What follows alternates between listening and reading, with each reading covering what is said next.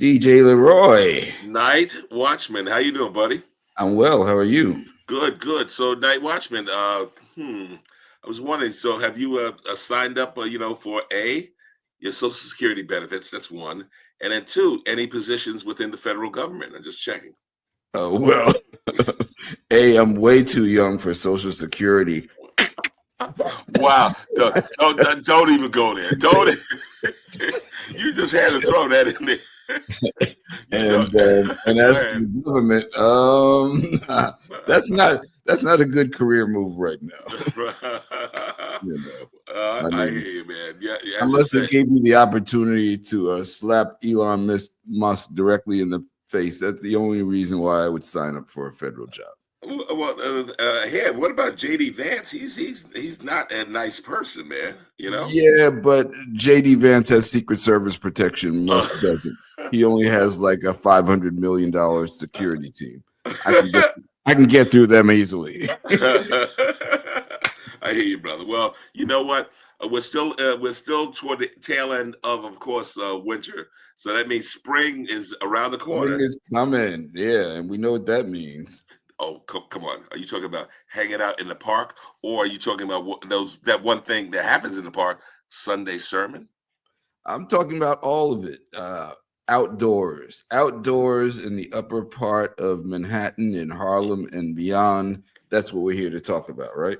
Oh, yes, absolutely. And you know what? It's funny because there's a woman who we both know, and we actually hung out with her at North End Food Hall. And you remember, she has a lot of experience in the arts, you know, and that could only be the one, the only Jana. How you doing, my dear? Great to be here with you both. And I have to say, it's fantastic to finally be part of the legacy I've heard that you two are bringing to the airwaves. Wow. Good to see you. You know what, Night Watchman? Just with that, her starting off like that, she may be invited back to the cookout. What do you think? Well, absolutely. We're going to have the cookout in one of our parks anyway. So. Hey. Absolutely. And I did kind of like mention them on the side before, but of course you got to bring out this minister of sound, Stormin Norman. That's right, Sundae Sermon. Bring him out. Yes. What's DJ up, buddy? Stormin Norman in the house. Yeah. How you doing, buddy? Giving you jazz hands this morning. Right. Hey. Fussy. Yeah. I love it. And yes, and you know what? I gotta zoom out because all of us on the count of three, raise your teas. I finished my tea, but water it is. Okay, very good. So you know what, Jana, please, I said that you've had this long history and background in the arts. So do tell me, how long have you been in the arts, but then also to parks? So give me that history there.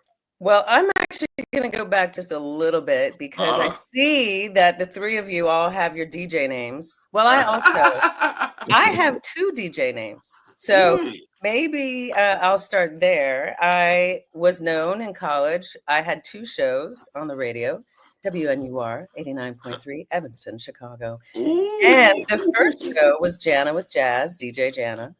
And the second show, I was DJ J Love. And I was the first college DJ in the country to interview Ice-T.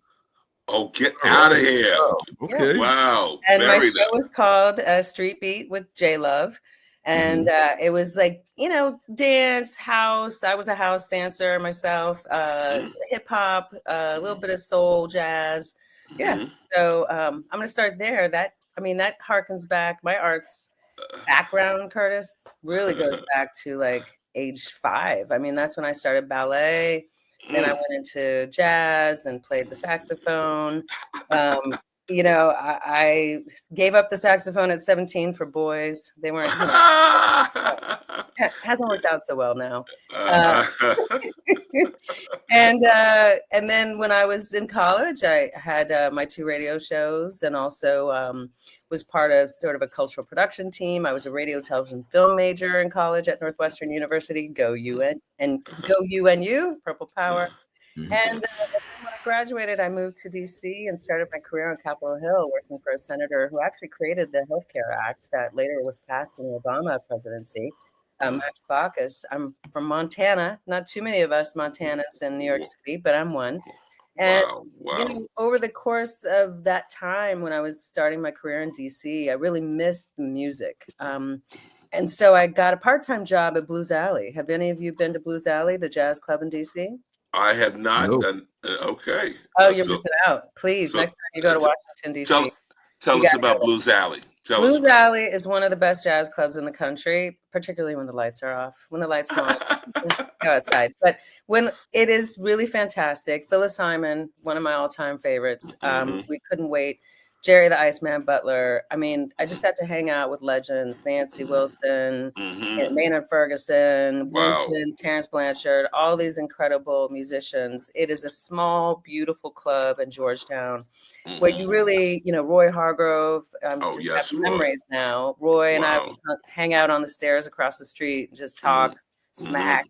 And so you really get like up close personal experience. Will Downing on my birthday. So like that really got me back into having music as a foundation of my life because I had really missed that. And when I moved to Boston a couple of years later, I didn't have that. And I ended up moving back to DC in 1996, both because of a relationship that needed to be figured out. And Blues Alley, honestly, because my full-time job was working for Nike. Yeah, at Edelman, I was part of the Nike International team, leading our efforts on behalf of their issues. And then I got back into Blues Alley. So what ended up happening that brought me to New York in '99 was actually very arts-based, Curtis, to your question. Even though I've kept a foot in politics and have been working in politics ever since my first job on Capitol Hill, I've also continued this thread of arts. I ended up going to Americans for the Arts, which is the nation's largest arts advocacy organization, nonprofit. And then I ended up getting this job opportunity to move to New York and work in music full-time for a boutique marketing and media firm. My clients were Terrence Blanchard, and Winton, Montreal Jazz Festival, Putumayo Records, Village Vanguard. Hopefully you've gone there. Oh, yes. Okay. Oh, yes. NightWatchman, she's checking out cred. She's wondering now. She dropped some street cred right there. We didn't know. You were a DJ too? Okay. Yeah. I was first year back at the cookout now. yes. We definitely, maybe, who knows, maybe she'll bring the music. So, hey. Next time I will. Okay. Norman and I can have a little DJ face off. That would be fun. Norman would win every time. But so I guess I'm saying is that for me, when I've had two businesses doing arts consulting, and I was a professor in arts management and cultural management. And then in 2020, in 2019 rather, the commissioner at the time, Mitchell Silver, who Mitchell, great dude. He kept seeing me in Harlem, and he's like, why do I keep seeing you in Harlem? I didn't know you were so connected to Harlem. And I was like, look, I have clients here. I teach here. I have friends here. I go to events here. Yeah, I'm here all the time. Why? And he was like, oh, I have this job I want you to look at. And so he sent me the administrator of Historic Harlem Parks job to apply to. And, when I saw it, you guys, I just had goosebumps because for me, it was such this beautiful opportunity to bring my Uptown love together with my arts and culture producing background and, the public space element that I feel so strongly about in terms of green space and open free opportunities for people to get together and improve their wellness and to connect communities. So I started that position in September of 2020. Wow. And of course, Stormin Norman. Did you know Mitchell Silver too? Not personally, but I knew of him. And did you also know that he was a big house head? No, I didn't. Yeah. Yes. And funny enough, who actually told me about that was Rosemond. Oh, really? Oh, okay. yeah. Yeah, and he, Mitchell is Brooklyn born and bred. Okay. Yeah. Very good. So, and he's a pretty good dancer. Yeah, I that's saw him dancing at Marcus Garvey. DJ Leroy and Mitchell Silver's Face Off. Now that's right. That's right. The old hustle. That's right, buddy. So now we have to go to you, Stormin Norman, because I did, of course, see in the bio WBLS. Tell me about your journey here. Yeah. So actually, BLS was my first gig out of college. Wow. Wow. Which was more of a surprise than anything, because my mom used to go to this happy hour after her work. Her and the girls after work used to go to this happy hour in Stamford, where she lived. This place called Tipton's. Oh. And my mom used to say to me, "There's a really nice hotel bar, you know. Me and the girls go there after work, you know, but the DJ sucks. You should go." So I went in there and I ended up getting the job. And then they wanted to do a live broadcast like how Kiss did, or any of the late night or any of the other New York stations. And then I was able to help make the connect, and the BLS came in, and then they liked what I did, and they was like, "Hey, you want a job?" And I was like, "Sure." And Wow. and that's how I got onto BLS and doing a lot of the shows, and we created the Thunderstorm, which had nothing to do with me.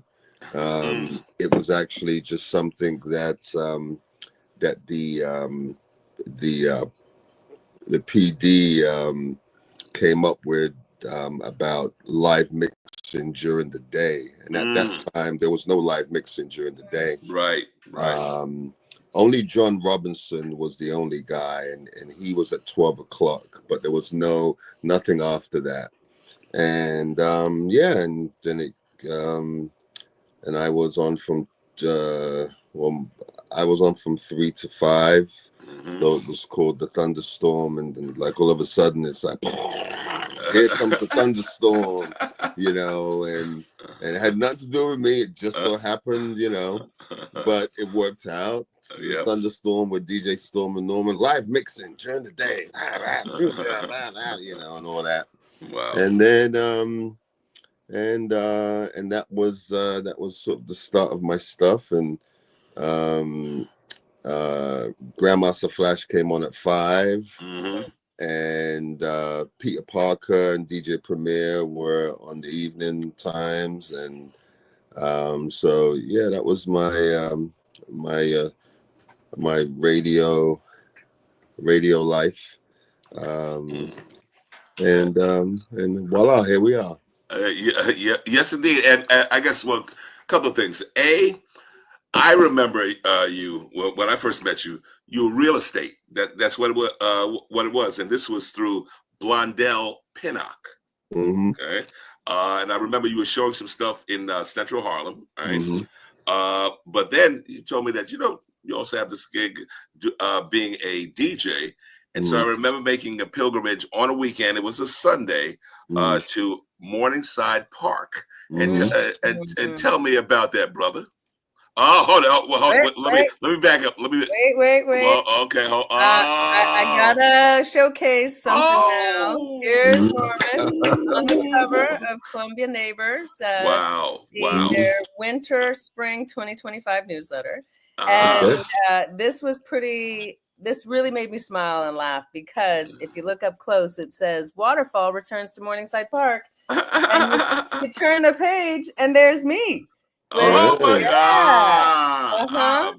So we're both in this, Norman, and Morningside Park was one of my parks when I was the Harlem administrator. So I want to hear about it too. All right, Norm, do tell. So yes, about 2002, I decided to step away from the nightly grind of DJing, touring. I had a son, and Yeah. And I said, you know what? I'm waking up in many places that I don't even know where I am. What city I'm in, like it was just a bit much. It's just like, we just got burnt out, that's and I saw opportunities in real estate, and my family's in real estate. And they were like, you live in New York, it's gotta be something in Harlem, like that's how I got into it. So one day, with all of my stuff packed up in a room almost to the ceiling, about 10 deep,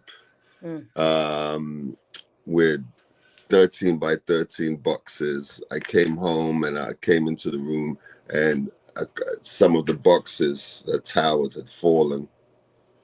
And I was like, I'm coming in with my suit and tie, like, And so I started to clean it up, and then all of a sudden I'm, boxes are broken open, and I'm looking at all these records. I'm like, oh my God. And then I said, you know what? Let me go ahead and clean up a little bit and set up the equipment. And I played records for like 2 days straight. Wow. And I was like, I have to figure out some way to have this in my life again. And so I used to go to outdoor weekend events like Jelly Bean Benitez. Yep. And there was one called Soul Summit in Brooklyn and Fort Greene Park. And I was like, I used to see a lot of Harlem people there. And I was like, it's like, who wants to keep traveling like every week? Like Harlem needs some love too, you know what I mean? Yep. So hence I hooked up with Vince Morgan and Angie Hancock, and brought in DJ Kosi and Cool Marv. Yep. And actually, Vince was the one who told me to go above the pond. He was the one that says it's up there. That's going to be the spot. And I was like, all right. And so he takes me up there, and that's how I found that little Morningside Drive, by the stairs. Yeah, above the stairs. Yeah, that's how it started. And so that was 2008. And actually, that was the year Obama was running. So that's where we had the voter registration and everything, and that was the start of our church pilgrimage on a Sunday. Absolutely. And I guess well, two things, Storm. Certainly I do notice the sweatshirt, the hoodie. Okay. Oh yeah. So am I thinking about Mick Murphy? What's going on there? Yeah, that's it. Yes, indeed. Yeah, yes, give the indeed. people what they want. So actually, Mick has performed at Sundae Sermon a number of times. He actually performed at my birthday party this past January. Oh my God. He and Lady Alma performed as well. So it was actually,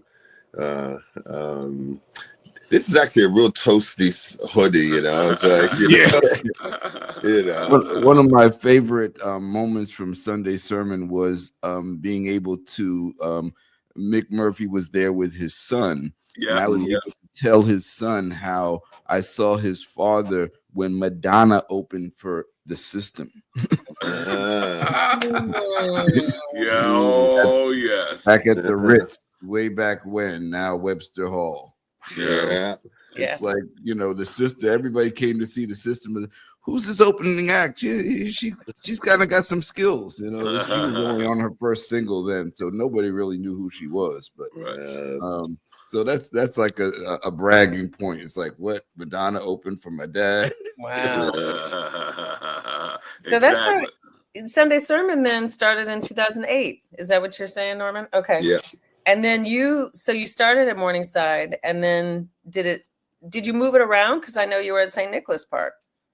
Yeah, Oh. so basically, we were at Morningside from 2008 until 2012. And that's where we had to move to St. Nicholas. We didn't really have a choice, to be perfectly honest. Because you were getting too big, weren't you? Yeah, everybody. Yes. All the Columbia neighbors didn't like him. Right. Well, I think ideally I wanted to be on the lower level on the morning side. On the lawn. On the morning side. On the baseball field. Yeah, on the baseball field down there. Okay. But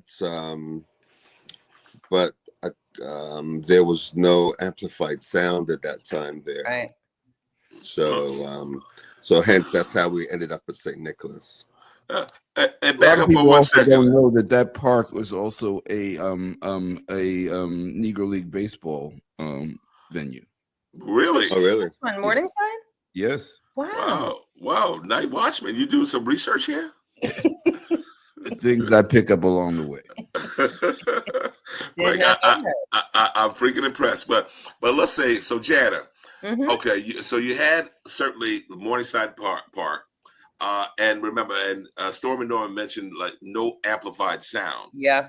However, you had Harlem Eat Up, and that had amplified sound. So explain that bad boy. Well, first of all, please, I'm an advocate here. Okay. Yes, you are. Like that. So, the challenge is this. So, at parks, when you have. First of all, I just want to say, Morningside, we brought the waterfall back. I worked with him to do that. And one of the things that we try to do is work the best we can with partners of all kinds. And, when I started in 2020, of course, I'd heard of Sundae Sermon. I've heard of DJ Stormin Norman. And then I was fortunate enough to get to meet Norman and talk about, hey, what's this, what's the status as we were kind of coming out of COVID, looking to see what we could do together. And, he shared with me that at parks, part of the challenge, as he mentioned already, is the amplified sound aspect.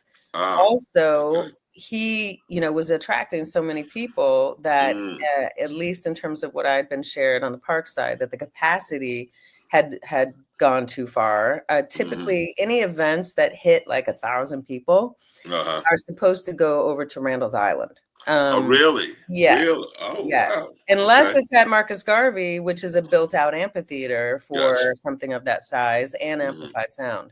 So the challenge with the ribbon parks, Morningside, St. Nicholas are ribbon parks, as is Jackie.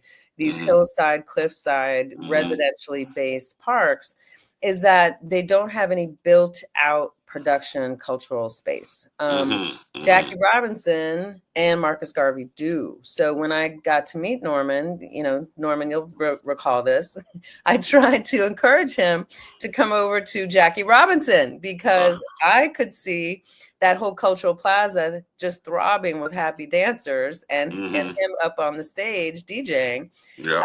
I love Jackie Robinson. And Norman, if I recall, you did like the idea in some ways, but you're like, Jana, grass. And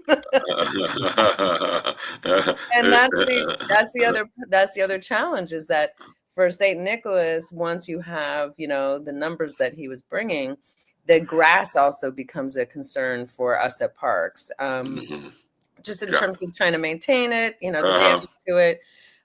So all that to say is that I've been wanting to work with Norman, as he knows, for some time, looking for park space for Sundae Sermon.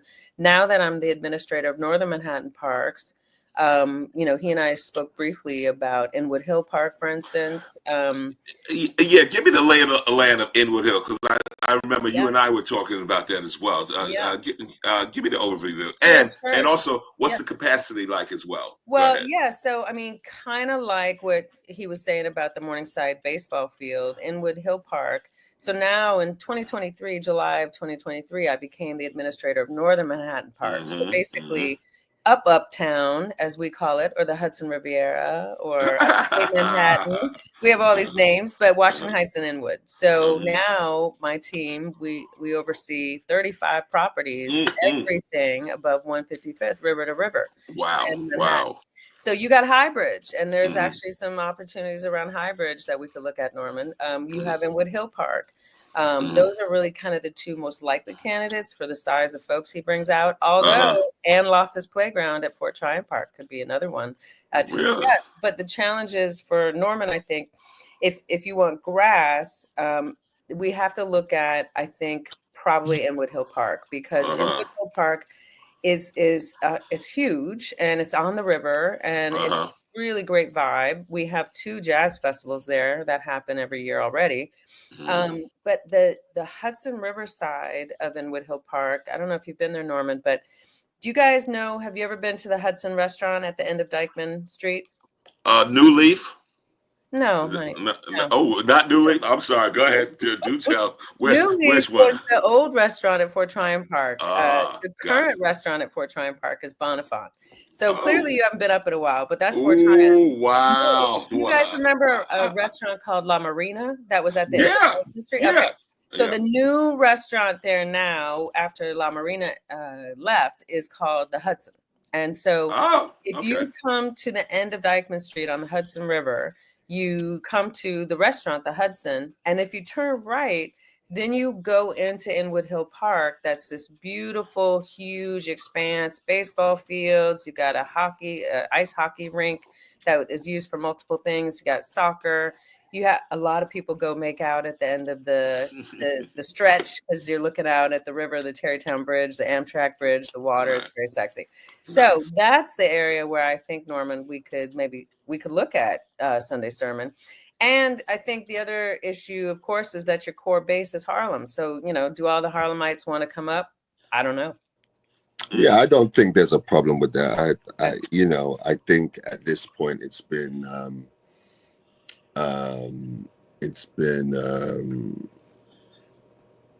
needed. So,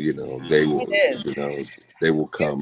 You have a dance ministry. I mean, seriously. And it is missed greatly. And as a dancer myself, I have long wanted to bring it back either to the Harlem Parks or the Uptown Parks. And then lastly, real quick, Curtis, to answer your question about Harlem Eat Up, the challenge too is that, back to what I said, once an event gets to 1,000 people, if anything 500 and over becomes a special citywide event. And that's just again because the capacity, the concerns around public safety, impact on the park, etc. So anything 500 and above is not permitted by me. It has to actually go to our citywide special events team.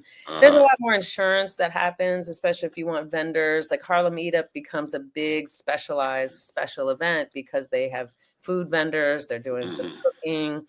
It's multiple day. So there are a lot of different costs and logistics that are related to the bigger events like that. Gotcha.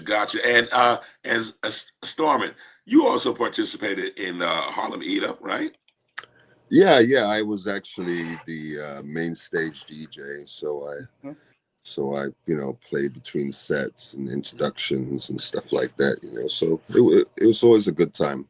And actually, Harlem Eat Up was asked to, when I came in, I had learned a lot about some feedback around Morningside Park and the impact of Harlem Eat Up there. So I went to their team and I said, hey, would you guys consider coming to Marcus Garvey? Because this is really closer to, the avenue of food anyway, at Lennox and to your team. We need you here, and it could be really vibrant. And so that was the process when I was leaving the Harlem Parks, was Harlem Eat Up was going to move to Marcus Garvey. Oh, okay, gotcha. And so I'm kind of thinking, so that never did happen, okay? And by the way, Harlem Eat Up, has that come back in any shape or form? It was coming back because I had several meetings, and they had agreed to that they wanted to come over to Marcus Garvey. You'd have to talk with them, of course, to get the real info on terms of where it's at. But the desire was there. It strikes me that Marcus has so many great things going on that it just might be a capacity issue. And then also, I think it was still pretty much COVID when they were trying to kind of look at it maybe for 2023 or 2024. So I'm sure it's probably coming back. It's just probably been delayed by a number of factors. Gotcha. Night Watchman, what do you remember? Well, I wouldn't want to go back and talk to Jana about Inwood Park because I was also curious. You have drums along the Hudson there every year. What's the numbers there? I guess, is that over 1,000? Yes, no, great example. So, and that's why I think we could do this with Norman and Sundae Sermon, because there is a precedent. Drums along the Hudson. Now, I will say this: it's been there for I think this will be the 23rd year. Wow. We get about, over the course of the day, they get about 2 to 3,000 people, depending on, rain or not. It's on the other side of the mountain, as I call it. So I'm suggesting Norman and Norman, I'll take you on a tour anytime. I know we talked about that we could look at both sides of the mountain. Inwood Hill, as you guys probably know, is the last natural forest of Manhattan. Manhattan used to be all trees and beavers. Well, this is the only area that's remaining of that natural space. And so we have this, what we call the mountain, that divides Inwood Hill Park into these two, the east side and the west side. So on the east side, that's where Drums sets up. They really set up at Muscota Marsh as you come in at 218th and Inwood on the Columbia side. Really beautiful around the Cove, Gaelic Field. So you have the Native American dancing that's happening. There is amplified sound. Now, so again, I think daytime hours help a lot. We also have the peninsula that we could look at, Norman, which, particularly when baseball's not happening, that's a really cool open space that is away from, apartment buildings. And then you have, like I said, the west side on the other side of the mountain, which nobody's living over there. The Amtrak goes by. It's gorgeous looking out on the Palisades and the Hudson River. Wow. What was the park that I was looking at last year? Next to the pond, next to the Did we go to Inwood Hill? I think that was we went to that was Inwood Hill. Okay. Yeah. But you know what? I don't think I took you to the Dykeman side though. So I definitely think we should take another look at it when you're interested.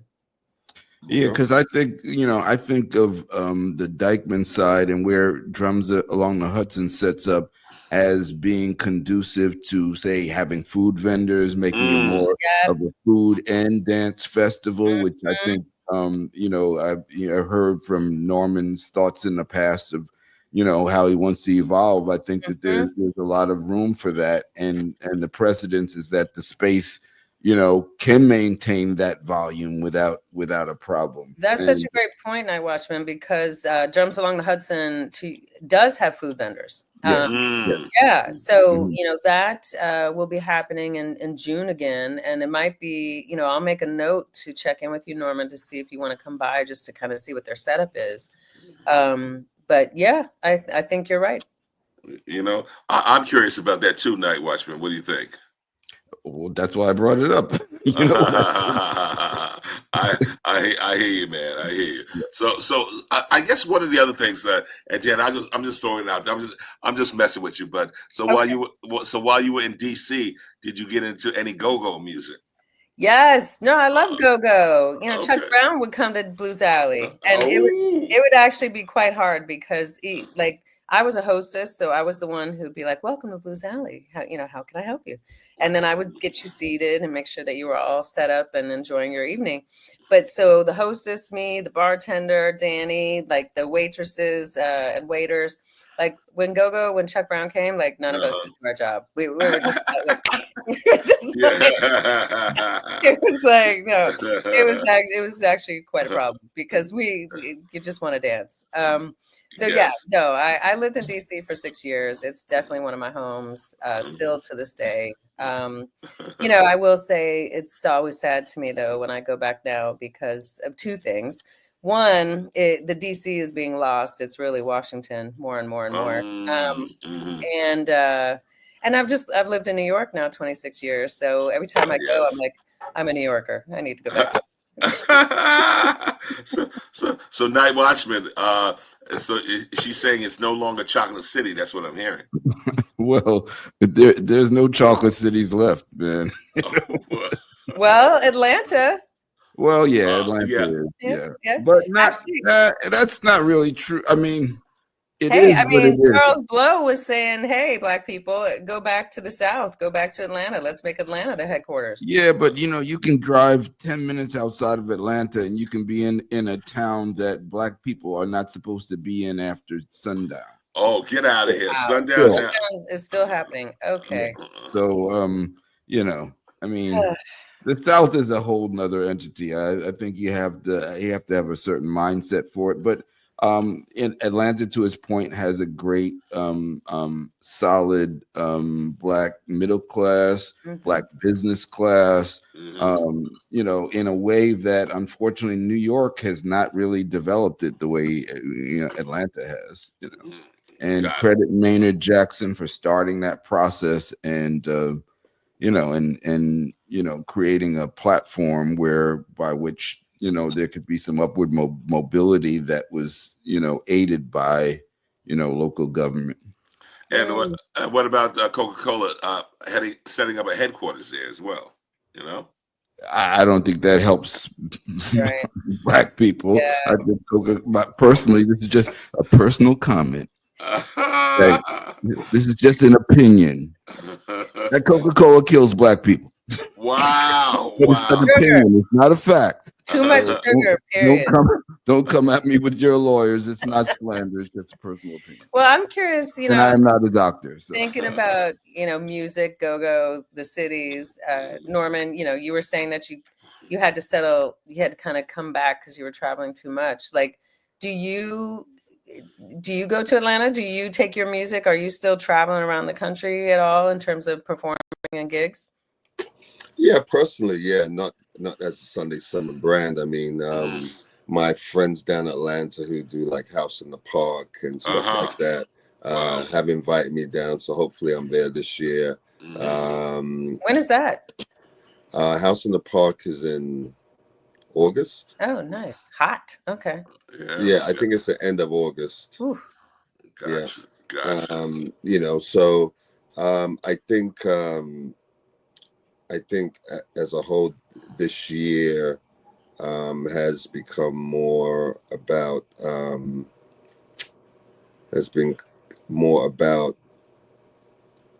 putting down the groundwork with music. So we have original music coming out and things like that. So that's kind of more the impetus of really really going to other places, And well, this reminds me, DJ Leroy.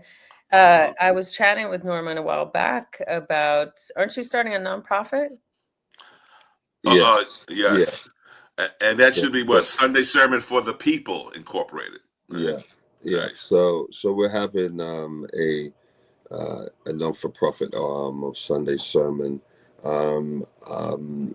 with the intention to continue sort of the work of bringing free events and activities to the community, but also be able to support other aspects of life. There's cancer, where both my parents passed away from cancer, and there's a mentor program that I like to bring some kids into 12 to 18. So to be able to show them other aspects of the community. So one day I'll bring them by, the Soul Lounge and let them see how radio works and how streaming works, and then the next time I'll bring them by Jana and I say, hey, this is what she does and blah blah blah. So I'm really also in the process of building the team, etc., etc. So so many sort of arms are working at the same time. Gotcha. And I guess one of the things. Okay, so we talk about also Jana, and help me out in terms of NYC Parks Foundation. Well, no. So this is wonderful timing, Curtis, because Norman was making me think about this. We chatted about our friend Erica Elliott from City Parks Foundation. So 2 things, Norman. One, when I was in the Harlem parks, and I'm still trying to do it now that I'm in the Uptown, Washington Heights, and Inwood parks, is I wanted to create an arts production internship. So that is particularly with Marcus Garvey and Jackie Robb, our 2 built out cultural performing spaces. We really have a need and an opportunity to help young people learn about arts production, music production, theater production, having jobs and thinking about being in the cultural space behind the scenes, not always just in front, right? Because not everybody, like myself, when I gave up the saxophone at 17 for boys, hey, I was really good. If I kept going, who knows what could have happened. But the point is, I also thought, you know what? I'm not willing to practice enough to make this to be on stage, the rest of my life. So there are all these job opportunities behind the stage, supporting people like Norman, people like Classical Theater Harlem, people like Alvin Ailey, whomever is coming to our stage. Right. And they can learn about lights. They can learn about, stage management. They can learn about sound production. They can learn about the publicity aspect, the management aspect, and working with us at parks. So one of the things I'm hoping to do with City Parks Foundation, with Norman, for instance, and with other partners, is to create this arts production internship program finally. And then, on our side, I will share that I'm also now, Norman, and Curtis and NightWatchman. I forgot to mention my second job. I'm executive director of the Fort Tryon Park Trust, which is the agency for Fort Tryon Park, which actually gives me a budget to work with to hire people. Whether that's artists or, different folks in the creative world, like graphic designers, photographers, etc. So, Norman, in terms of what you're creating, I'd love to talk more about that. Yes. Okay. So, well, do tell. You have to also tell me this. So noting the Parks Foundation is behind Summer Stage, correct? City. Okay. So yeah, thank you. Here's the difference. So NYC Parks is a city agency that I work for. Okay. Yes. There's a different nonprofit that is called City Parks Foundation. And that is a nonprofit that has a relationship to NYC Parks. Got it. But Erica Elliott, for instance, our friend who is the artistic director of Summer Stage, she programs the music and arts calendar for Summer Stage that goes all around 5 boroughs. That's paid for and produced by City Parks Foundation, which is the nonprofit you're mentioning, Curtis. Okay. We intersect with them a lot because they are a nonprofit that it's sort of like pseudo private public. Yes. Yeah. But so City Parks Foundation, I hope, can help develop this arts production program. Gotcha. And Stormin Norman. So as I said, it's getting warmer, and we certainly do know one of the things to help bring back some of the restaurants along FDBA was the Open Streets program. Are you going to be back there, man?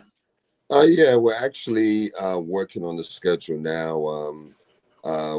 We were, when we first started it during COVID, we were doing it Friday, Saturday, and Sunday for people to come out into the streets and to support the restaurants, because that was the basis of it.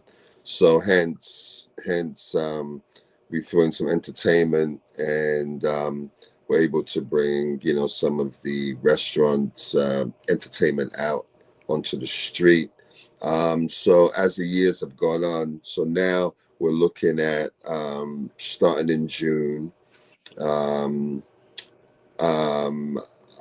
I'm going to be working on part of the schedule that's going to be kind of an open session We're only going to do this probably about twice a month for open streets this year.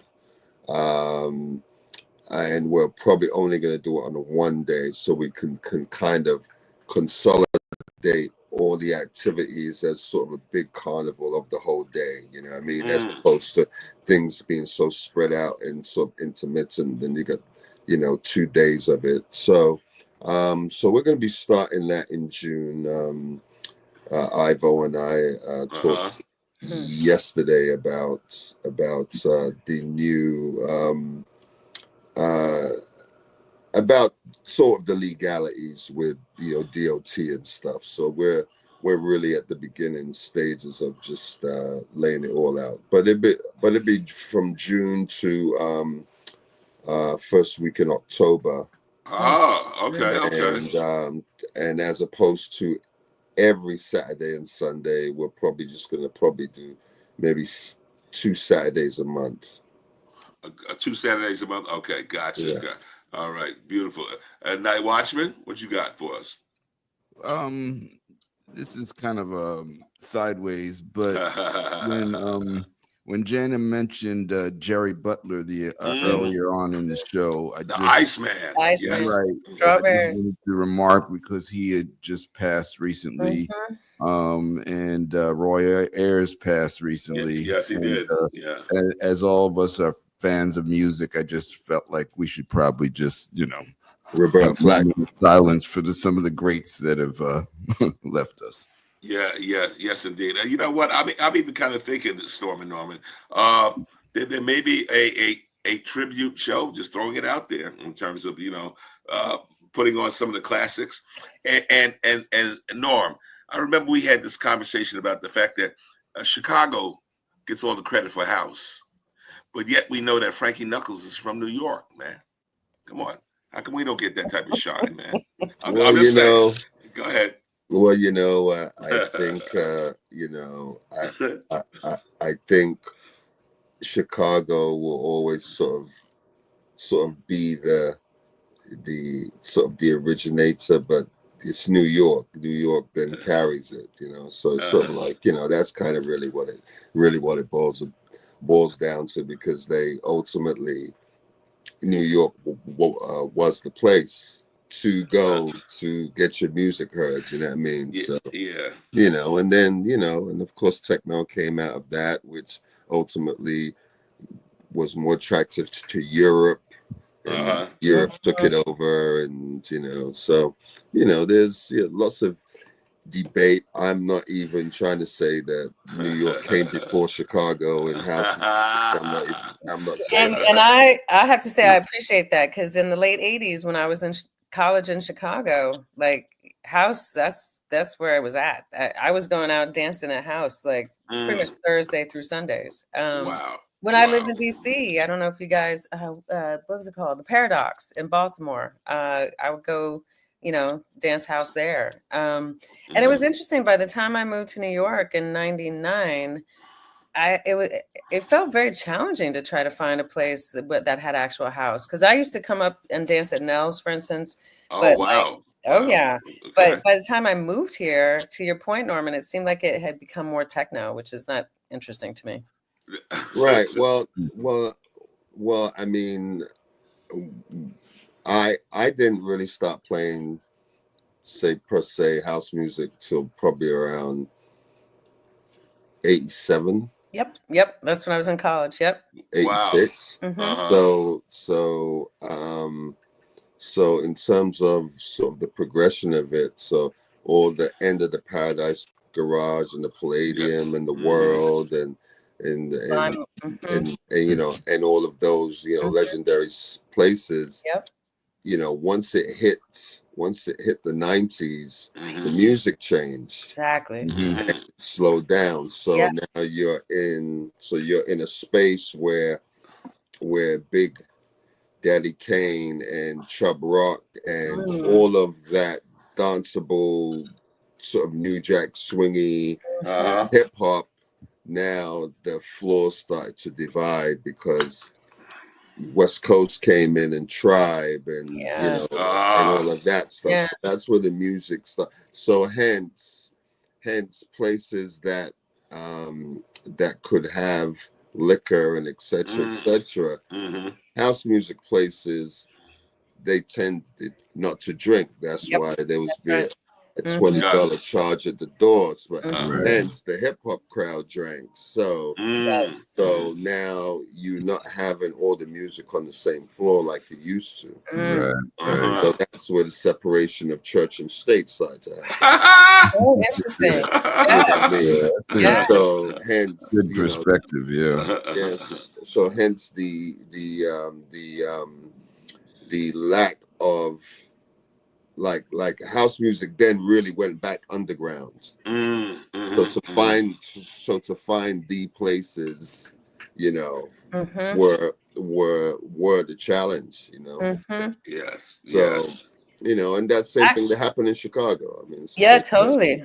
You reminded me, I had a nice night. This was, I don't know, 10 years ago, a dancing house at the Shrine, actually. Oh, really? Yeah. Okay. But that was so interesting what you just said, Norman, about the drinking aspects too, because when I was going out to dance house with my friends, we just wanted to dance. Like there's no drinking, like, and it's just the spirituality of it, and getting caught up in the fervor and the pleasure of it, and leaving at 4 a.m. and going to get breakfast. And then when you'd go to these other clubs, it pretty much was about drinking and partying and flirting. So thank you for the breakdown. Well, one of the things I was wondering about, Norm, so you mentioned about the change and evolution of the music, right? So has your music evolved? Because one of the things I did notice, there were these young dudes who kind of like were trying to get into this house thing, but their focus primarily was Afrobeat, a new world. So tell me how has your music evolved or changed? Well, I think, if you're really about learning or evolving, you're going to listen to what the new things are and be interested or not be interested. I mean, we used to call what Afro house is today, it used to be called tribal. So okay, gotcha. But now when you speak of the music, Afro beat and Afro house, there's also a very big difference in terms of the speed of the music. Okay. In like, if we take the same idea of American culture and music, Afro beat is more hip hop. Gotcha. Afro house is more house music. But because you have different areas of Africa, because you have Afrobeat is more Nigerian, and then you have your different sects of, there's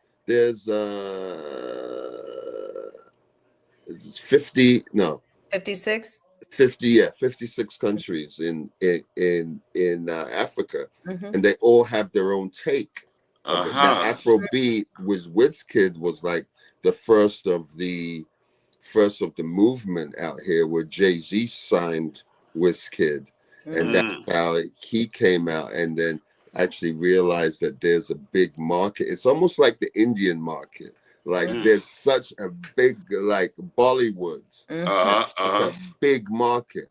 Well, Africa, their music scene is a big market that wasn't being tapped by the American society per se, but they didn't realize that there were so many Africans here, so Afrobeat is actually in the same speed of reggae. Nice. All in that same 90 beats, 89 through 105. So that's how it's so easy. So you have reggaeton, you throw reggaeton, it's all in that same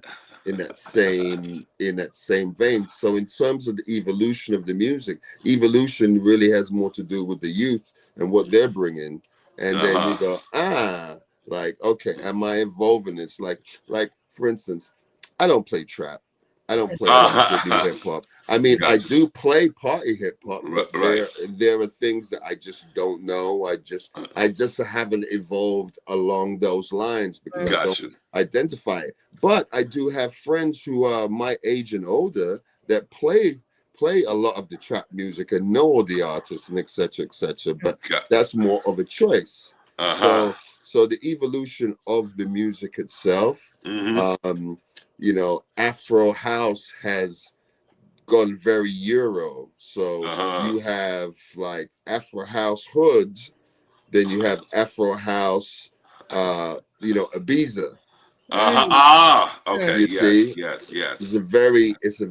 It's also very minimal. And then it's also they take a lot of popular records and then do an Afro beat underneath it. Hence, you know, Amapiano. That is the new, you know, and Amapiano came out of. What's that? Yeah, tell me about that. Describe. Amapiano is sort of is Afrobeat but faster. Right. And then also with Amapiano, there is a rhythm and a beat of the drums that is very distinctive that you will know that is Amapiano. Gotcha. Everything is very percussion oriented, and then there's a bass that comes in. Oh, okay. All right. Okay. So so that style of music, and I believe it came out of Amapiano, I believe is sort of more South African. Okay. But don't quote me on that. But you know, but again, it's sort of shared, and so Amapiano, you know, it's a lot of the same sound in terms of the percussion, but it's the drop of that bass that when it comes in. So it's almost like when you listen to a regular song, all of a sudden the song, it comes in and the DJ pulls out the bass and then turns it on, and that creates an impact. Hence, that's how a lot of this music is being done nowadays. So if you look at now Black Coffee is playing. I was about to ask you about Black Coffee. Go ahead. Yeah, so he also saw in order to reach a wider audience, he made a lot of Afro house music with popular lyrics, even though his originals were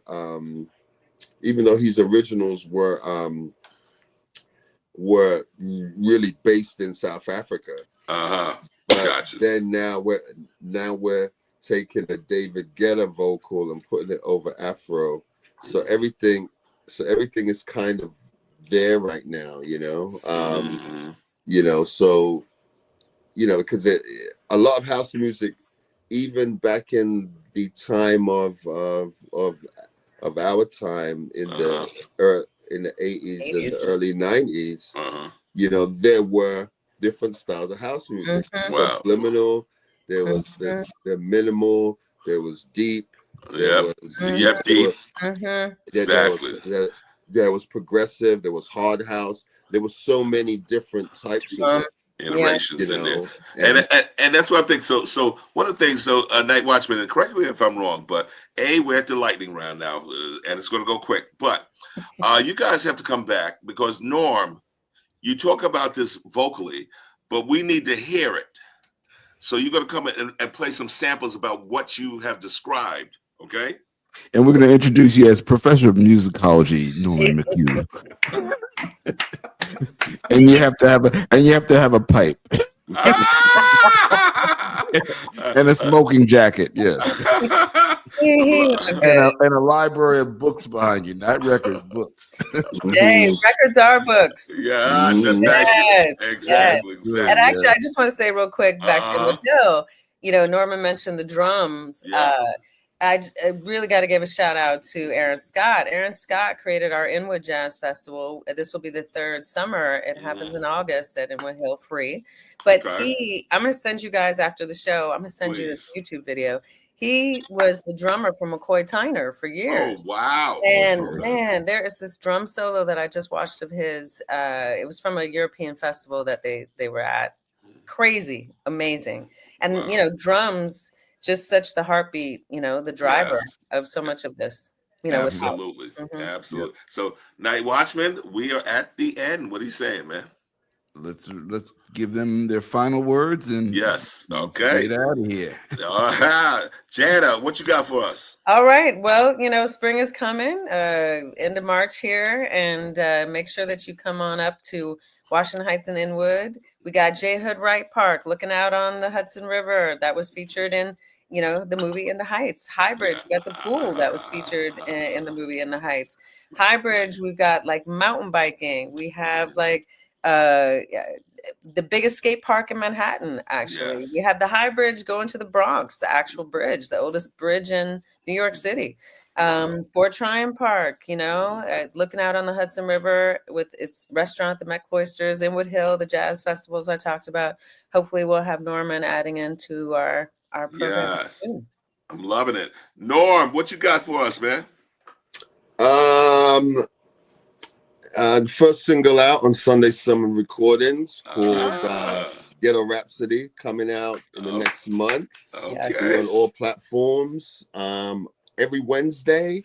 And you had talked about tributes and stuff. So over the last couple weeks, I had Jerry Butler. I had Roberta Flack. The month before was Quincy. And so of course now we just lost Roy Ayers. So every Wednesday on Twitch, twitch.tv/Sundae Sermon. It's called Disco Sequestered. It's not all disco, but it's all originals, breaks, remixes, so all samples from disco.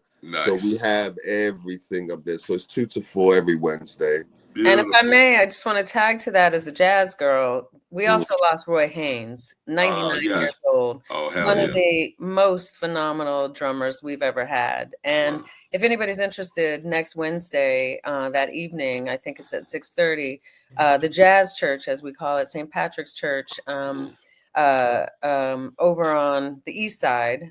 St. Peter's. Thank you, Peter. I'm not on Lexington Avenue and 53rd, 54th. Yes. They will be having a memorial service for him, which will include music.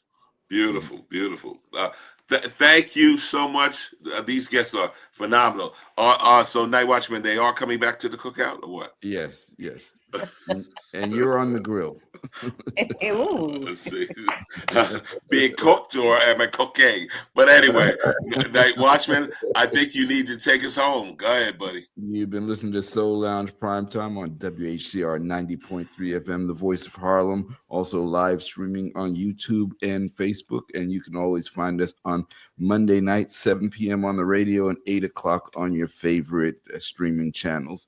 Thank you so much, Jana and DJ Stormin Norman. Always great to have you guys around, sharing your experiences. And yes, you